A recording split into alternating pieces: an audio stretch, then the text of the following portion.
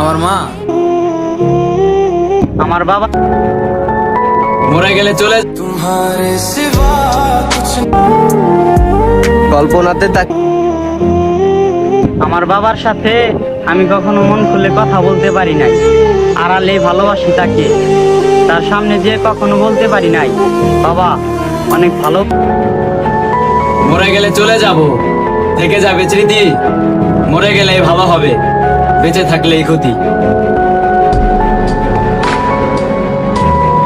तुम्हारे सिवा कुछ ना चाहत करेंगे कि जब तक जिएंगे मोहब्बत करेंगे।